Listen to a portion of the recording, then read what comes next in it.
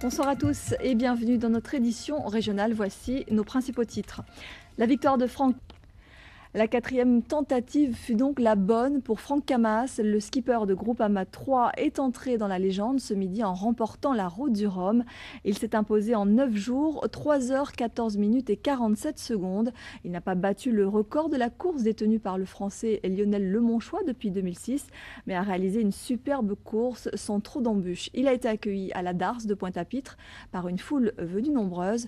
Le résumé de cette arrivée commenté par Henri Ménel. Et quelques heures plus tôt, le skipper a dû affronter la faiblesse des vents de la côte sous le vent. Il a progressé à une petite... Franck Camas avait donc déjà participé 3 fois à la Route du Rhum. Il décroche enfin ce titre que beaucoup de navigateurs solitaires rêvent de gagner.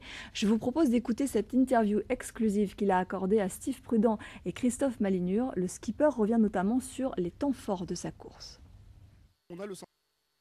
Voilà, Franck Camas qui réalise un très bel exploit. À 37 ans, il inscrit à son palmarès cette nouvelle victoire et pas des moindres.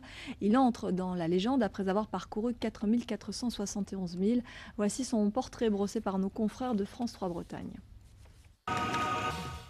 Et à Pointe-à-Pitre, ce midi, Franck Camas a été accueilli par sa mère, Eliane. C'est la deuxième fois qu'elle suit son fils sur la route de Rome.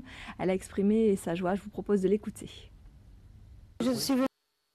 Alors bien évidemment, il y a tous ces spectateurs qui très tôt ce matin déjà se sont rendus à Basse-Terre, mais aussi sur des lieux de passage stratégiques, et puis Pointe-à-Pitre pour apercevoir Franck Camas et son bateau Groupama 3. Mais il y a à chaque fois également aussi les plaisanciers qui ne veulent rien rater du spectacle. Franck Camas a été accompagné par une flotte de bateaux et parmi eux il y avait Ronnie Maletti. Beaucoup de personnalités politiques et économiques ont fait le déplacement pour assister à cette victoire de Franck Camas. Et à travers cet événement qui ne cesse de gagner en popularité, Josette Borel-Lincertin, la présidente du comité du tourisme des îles de Guadeloupe, espère que les Guadeloupéens s'approprient ce grand rendez-vous nautique. On l'écoute, elle répond à Steve Prudent et Christophe Malinure. Et c'est Francis Joyon qui devrait être le deuxième à franchir la ligne d'arrivée. Voilà donc pour la Route du Rhum. Dans le reste de l'actualité, ce fait divers à Capesterre-Belle-Eau, 3 cadavres ont été retrouvés dans une maison de la section Saint-Sauveur. Suicide ou meurtre, difficile à dire pour l'heure. Il s'agit d'un père de famille et de ses 2 enfants âgés de 12 et 15 ans. Le reportage de Daniel Quérin et de Chantal Horne, commenté par Bergette de Saint-Jacob. L'actualité sociale à présent, et pour commencer, cette grève qui touche le bureau de poste de Capesterre-Belle-Eau, le personnel du centre courrier affilié. Autre grève, celle entamée le 26 octobre dernier par les agents aéroportuaires. Ils refusent de passer du statut d'agent public à celui de privé et estiment ne pas être entendus par la présidente de la chambre consulaire, Colette Coury.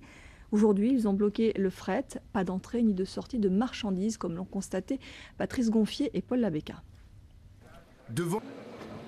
D'ici la fin de l'année, le projet de loi de finances du gouvernement va être adopté. Ce projet prévoit une réduction du déficit public de 6%. De 152 milliards d'euros, il devrait passer à 92 milliards.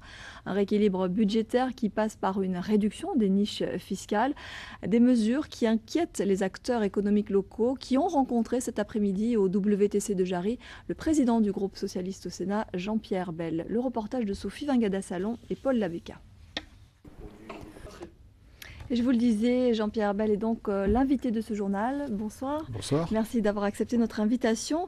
Alors tout de suite une réaction sur ce que nous venons de voir. Des jouisseurs, alors est-ce que c'est comme cela que les Guadeloupéens sont perçus en France, comme l'a indiqué Willy Angel, le président du MEDEF? Oui, je crois que... Parmi les mesures adoptées dans cette fameuse loi de finances, il y a bien sûr ces rabotages sur les niches fiscales. Peut-on, selon vous, sacrifier la défisque nécessaire au développement de la Guadeloupe, en tout cas selon les socioprofessionnels, pour résorber le déficit de la France?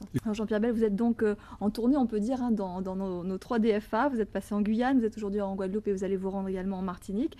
Vous vous retrouvez souvent au Sénat avec vos collègues socialistes de l'Outre-mer. Pourquoi était-il important pour vous de venir chez eux?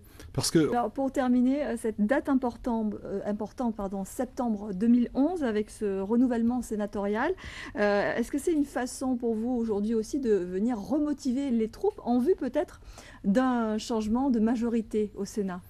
Merci beaucoup Jean-Pierre Bel d'être venu sur ce plateau ce soir. Merci. Un séminaire professionnel pour évoquer l'actualité du logement social. C'est une initiative de l'Union sociale pour l'habitat outre-mer avec la participation des dirigeants, des administrateurs et des cadres des organismes du logement social aux Antilles.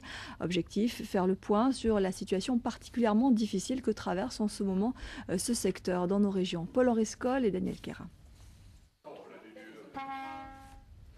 On évoque souvent notre appartenance à une identité caribéenne. Les îles de la Grande Région participent pour certaines à des programmes de coopération, mais cela reste bien souvent limité selon les experts. C'est sur cette question qu'un séminaire se penche jusqu'à vendredi à la Cité des métiers du Rézé aux Abîmes. Le reportage de Ludivine Guillolet et Sophie Vingada-Salon. Et dans le cadre de ce colloque, le Centre d'analyse géopolitique et internationale propose demain à 18 h une conférence sur le thème des évolutions institutionnelles et statutaires des territoires néerlandais et britanniques de la Caraïbe. C'est ouvert à tous et cela se passera à l'amphithéâtre La Pointe sur le campus de l'université à Fouillol donc. Voilà, c'est la fin de cette édition. Merci à vous de nous avoir suivis. Ce soir à 21 h 50, n'oubliez pas, dans Grand Angle, Sophie Pointer reçoit l'avocate Jeanne Morton pour un nouveau face-à-face. Notez cette modification de nos programmes. Demain, en raison du match PSG-Valenciennes qui débute à 12 h, le journal de la mi-journée, le 13 h, qui vous sera présenté par Laura Séné, aura lieu à 12 h 45. Le deuxième match, Monaco-Marseille, aura lieu à 15 h. Merci à vous. On se retrouve, nous, demain soir dès 19 h. Très belle soirée.